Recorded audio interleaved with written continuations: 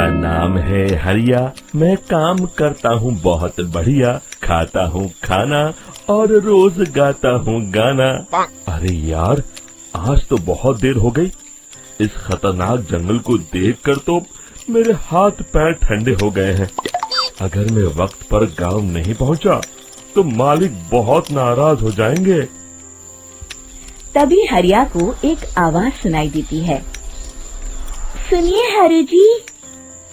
अरे, ये आवाज किसने दी? तभी हरिया को सामने कुछ दूर एक औरत खड़ी दिखाई देती है। अरे भाई, ये औरत अकेली इतनी रात को इस जंगल में क्या कर रही है? चलकर पूछना पड़ेगा। फिर हरिया अपनी बैलगाड़ी उस औरत के सामने लाकर रोक देता है और उससे पूछता है।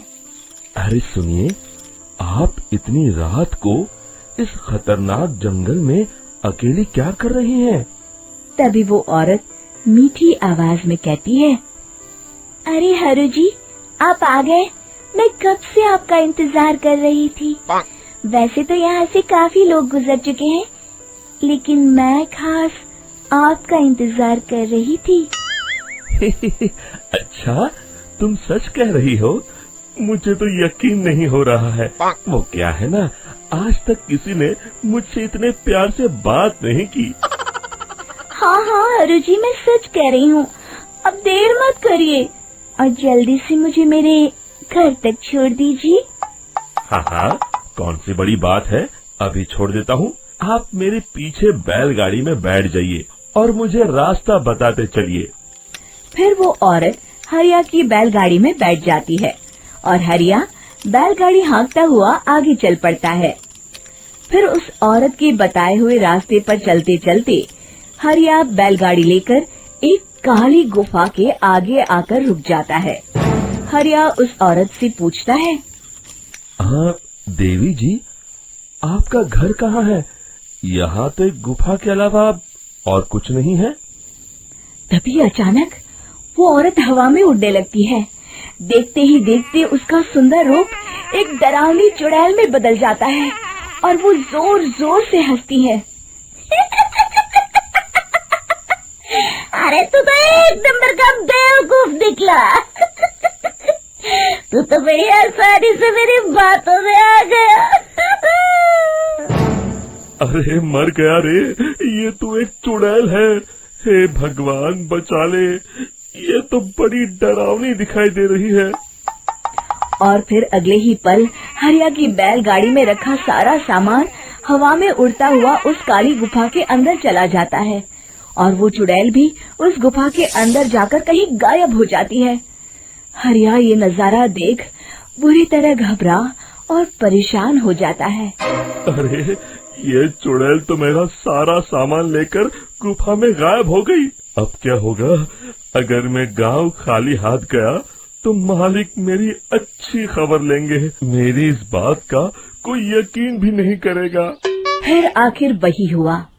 हरिया के मालिक चंपक सेठ को हरिया की किसी भी बात पर रत्ती भर भी यकीन नहीं हुआ।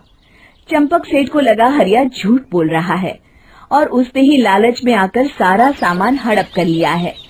फिर हरिया को बेईमान समझकर चंपक सेठ उसे काम से निकाल देता है। अगले दिन अपनी दुकान में परेशान बैठा चंपक सेठ गुस्से में बड़बड़ाता है। अरे, दुकान में तो सामान बिल्कुल भी नहीं है। अब मुझे ही शहर जाकर सामान लाना होगा। फिर वो अपनी बैलगाड़ी लेकर शहर चला जाता है। शहर से सामान लेकर जब चंपक सेठ वापस गांव लौट रहा होता है, तभी उसे एक आवाज सुनाई देती है। चंपक जी, ओ चंपक जी। अरे, ये तो कोई मेरा नाम लेकर मुझे पुकार रहा है। फिर उस रास्ते में वही औरत खड़ी दिखाई देती है। फिर क्या था, हरिया की तरह चंपक सेठ भी उस औरत के पास अपनी बैलगाड़ी लेकर जाता है और वो भी उसकी चिकनी चुपड़ी बातों के मुंह जाल में फंस जाता है।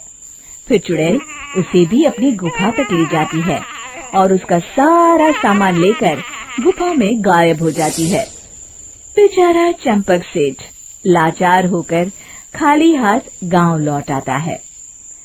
फिर ये उस जंगल में रोज की बात हो जाती है।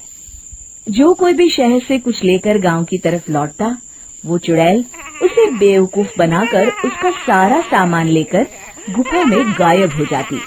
एक दिन हरिया एक लकड़हारे को उसी जंगल की तरफ जाते हुए देखता है।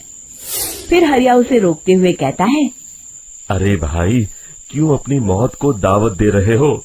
मेरी बात मानो, आगे जंगल में मत जाओ, वहाँ एक बड़ी भयानक चुड़ैल रहती है। लकड़हारा हरिया की बातों को नजरअंदाज करते हुए कहता है, अरे भाई, मुझे पहले ही बहुत देर हो चुकी है, मुझे जाने दो भाई। शाम तक लकड़ियाँ काट कर शहर के बाजार में बेचना है। तुम अपनी ये कहानी किसी फुर्सत में बैठे इंसान को सुनाओ, मैं तो चला। इतना कहकर लकड़हारा वहाँ से आगे जंगल की तरफ चला जाता है। फिर अगले दिन गांव के मुखिया के घर के बाहर बहुत सारे लोग जमा हो जाते हैं। तभी हाथ में कुल्हाड़ी लिए खड़ा लकड़हारा कहता है, अरे मुखिया जी, अब आप ही हमें बचाइए उस जंगल वाली चुड़ैल से। हमारा सारा काम तो शहर से ही होता है। अरे मुखिया जी, उस चुड़ैल की वजह से तो मैं पूरी तरह बर्बाद हो गया हूँ। हम सबको मिलकर उस चुड़ैल का कोई इलाज करना पड़ेगा। तभी भीड़ में खड़ा वीरा कहता है, आप लोग चिंता मत करिए, कल से वो चुड़ैल किसी को नहीं लूट पाएगी। मेरे पास एक बहुत अच्छी तरकीब है। तभी चंपक सेठ उसका मजाक उड़ाते हुए कहता है, अरे तेरा नाम वीरा है तो क्या हुआ? तूने अभी उस चुड़ैल को देखा नहीं है? जाकर अपना काम कर, बड़ा आया। तब मुखिया जी कहते हैं, नहीं चंपक सेठ, मुझे लगता है हमें इस लड़के को एक मौका देना चाहिए। फिर सभी गांव वाले मुखिया जी की बातों से सहमत हो जाते हैं और वीरा शाम को एक बैलगाड़ी में कुछ सामान लादकर उस जंगल की ओर चल देता है। वीरा, ओ वीरा, कहाँ जा रहा है? तभी वीरा मुड़ के देखता है, वही चुड़ैल एक औरत के रूप में खड़ी है। अरे बहन जी, मैं आपको ही ढूंढ रहा था। देखिए, मैं आपके लिए क्या लाया हूँ। हैं? अरे वाह, तो खुद मेरे लिए इतना सामान लाया है। तू ही अकेला गांव में समझदार है। जरा देखो, मैं भी खोल के, बड़े भूख लगी है। जैसे ही चुड़ैल उस सामान पर से कपड़ा हटाती है, एक भगवान शिव की तेज रोशनी उसके अंदर मूर्ति से निकलती है और चुड़ैल अपने असली रूप में आकर जलने लगती है। अरे मैं जल रही हूँ, बचाओ! बचाओ! ओम नमः शिवाय! मर गई मैं! देखते ही देखते वो चुड़ैल राख के साथ उड़ जाती है और सभी गांव वाले भी वहां जाते हैं। शिक्षा बुराई पे सदा अच्छाई की ही जीत होती है। आपको हमारी ये कहानी पसंद आई होगी? कृपया हमारे चैनल को सब्सक्राइब करें और सभी अपडेट्स के लिए बेल आइकन जरूर क्लिक करें। और हाँ, वीडियो लाइक और शेयर करना मत भूलिएगा। Bye bye.